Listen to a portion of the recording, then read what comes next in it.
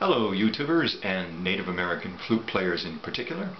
I'm Bruce, also known as Piri Ajashi over here in Chuncheon, South Korea, and I'm going to be demonstrating two different flutes today. Both of them are in the key of G minor pentatonic. The first one is a high spirits Redtail hawk in Eastern aromatic cedar, and the other is a Laughing Crow G minor pentatonic flute made out of tiger maple, which is a hardwood. Okay, first the Redtail hawk. Okay, if you watch the video with the A flutes, okay, this one has some pretty similar characteristics, being that it's the same maker. It's a single piece of cedar bored out. Okay, this time this one has a direction hole in it. Okay, this is actually carved all the way. It's burned or with a laser, I guess, all the way through. This is used for tuning, and it's a very nice little design. It has the trademark flat mouthpiece that High Spirits likes to use.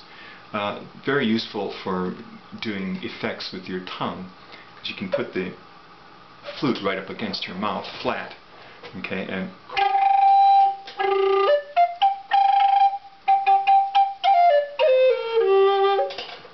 and it helps you to be able to move your tongue around without having the pointy end of the flute kind of in your mouth. This is supposed to be a reasonable facsimile of a Redtail hawk, I suppose. Kind of cute, eh?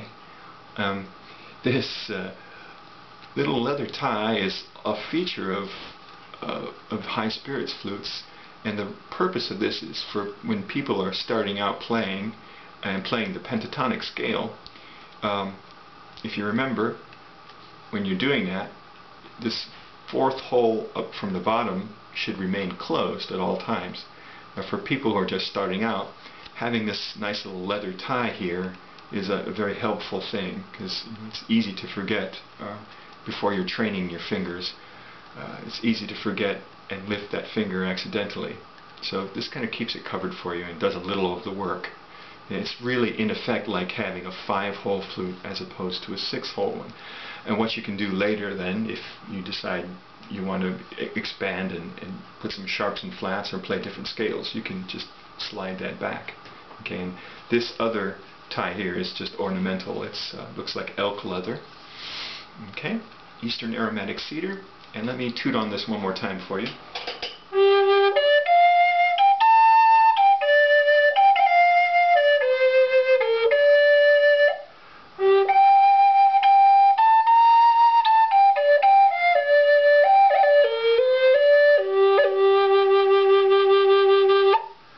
Nice lovely resonant tone, a very woody sound to it, okay, being that it's made of wood.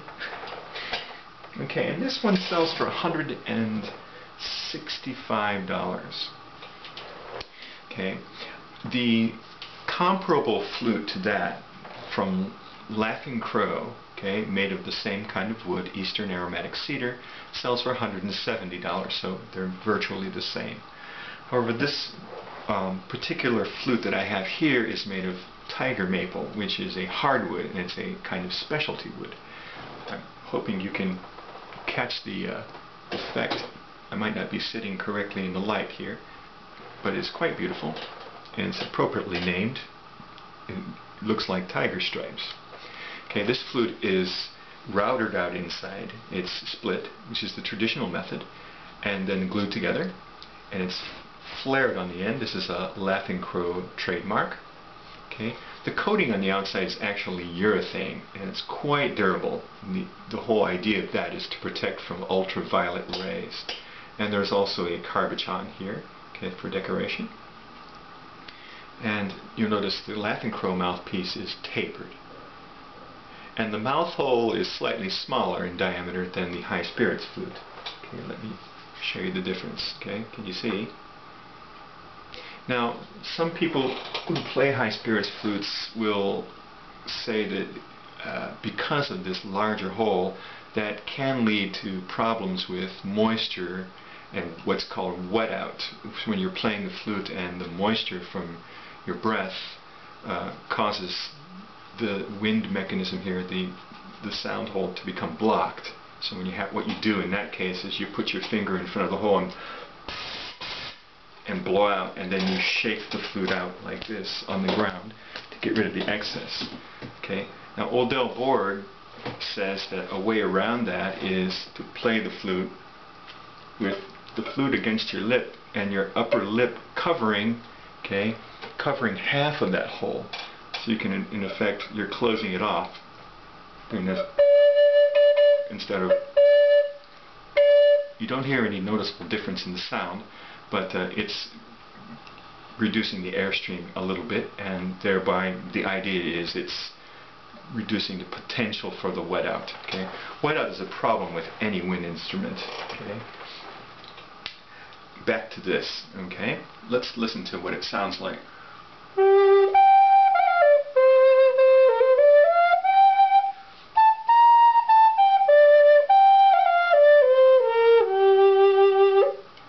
Pretty lovely, eh? It has a very round sound to it, very clear and round.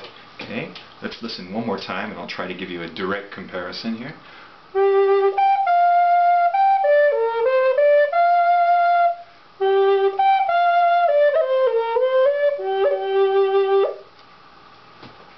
And the red-tail hawk.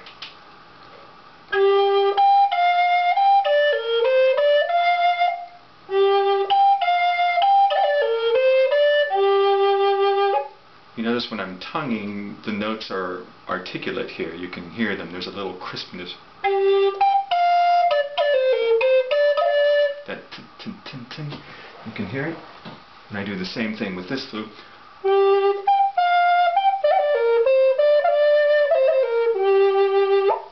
I did exactly the same thing on this flute that I did with the red-tail hawk. And you don't so much hear the articulated notes. This one has a very smooth, very round tone to it. Okay, those are the two G flutes that I have, the High Spirits Redtail Hawk, okay, and the Laughing Crow Tiger Maple flute, both of them in G minor pentatonic. Okay, Tiger Maple is $195. The same thing from Laughing Crow in aromatic cedar is $170. The Redtail Hawk is $165. I'm not really here to sell you any of these flutes, just to give you a sense of what they sound like and what their differences are. Thanks for listening. Coming soon, F sharp, the magical key.